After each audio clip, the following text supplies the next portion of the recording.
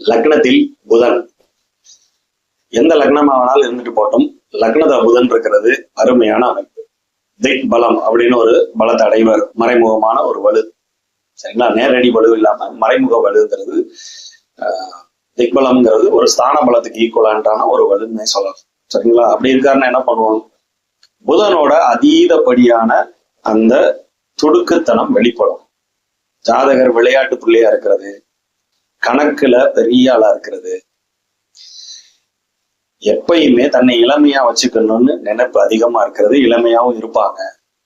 இவங்க பேசுனாங்கன்னா அந்த பேச்சு அப்படியே பார்த்தாலே இனிப்பார். அந்த அளவுக்கு துடுக்குத்தனமான பேச்சு, அறிவு திறன் எல்லாம் தெரிஞ்சு வச்சிருக்கிற மாதிரியே தெரியும். அவங்கள பார்த்தா தெரிஞ்சும் வச்சிருப்பாங்க. என்ன நிறைய ஷார்ட்கட் ரூட்ஸை நிறைய ஃபாலோ பண்ணுவாங்க.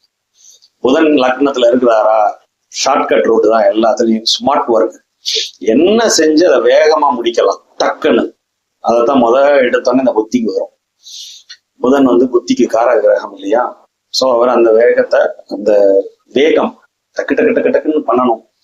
ஒரு கிராஸ் ரூட்லன்னு போய் அதை முடிச்சிடணுங்கிற எண்ணம் மேலோங்கி இருக்கும். எப்பயுமே ஒரு கணக்கு போடக்கூடிய ஒரு மூளை இருக்கும். கணக்கு புலிகள்னே சொல்லலாம் லக்னத்துல புதன் இருக்கு. அதுக்காக லக்னத்துல புதன் இருந்து பாவத்துவமா இருந்தாருன்னா ரொம்ப மோசம். சனியோட போய் 2 டிகிரி, சனியும் கூட சேர்ந்து உட்கார்ந்து இருக்காரு லக்னத்துல. கூட ராகு இருக்காரு 2 டிகிரியில. எல்லாம் சரி கிடையாது. அந்த மாதிரி இருக்கக்கூடாது. இல்ல அமாவாசை சந்திரனோட போய் நெருங்கி போய் உட்கார்ந்துருக்காரு, தப்பு. பாவகிரகனோட புதன் உட்கார்றதுங்கிறது மேற்கொண்டு இதை இந்த மூளை எல்லாத்தையும் பாவத்துவமா வழிபடுத்த ஆரம்பிச்சோம். குறுக்கு வழியில எல்லாத்தையும் செய்யக்கூடிய ஒரு சில விஷயங்களை செய்ய ஆரம்பிச்சோம். கிரிமினல் ஆக்டிவிட்டிஸ், கிரிமினல் தனமா யோசிக்கிறது, கிரிமினல் தனமா எல்லாத்தையும் எக்ஸிக்யூட் பண்றதுங்கிற மாதிரி வந்துடும். பாவகிரகங்களோட தொடர்பு இல்லாம புதன் தனிச்சு உட்கார்ந்து இருக்கிறாருங்கிறாருன்னா அற்புதம், அற்புதத்தில் அற்புதம். லக்னத்துல புதன் இருக்கிறது கொடுத்து வைத்த அமைப்பனே சொல்லலாம். ஆயினும் ஆதிபத்திய ரீதியா ஒரு சில லக்னங்களுக்கு 6ஆம் அதிபதியா வருவார். அப்ப இயற்கையாவே கடனை கொடுக்கக்கூடிய ஒரு அமைப்பு ரொம்ப ஈஸியா வந்துடும்.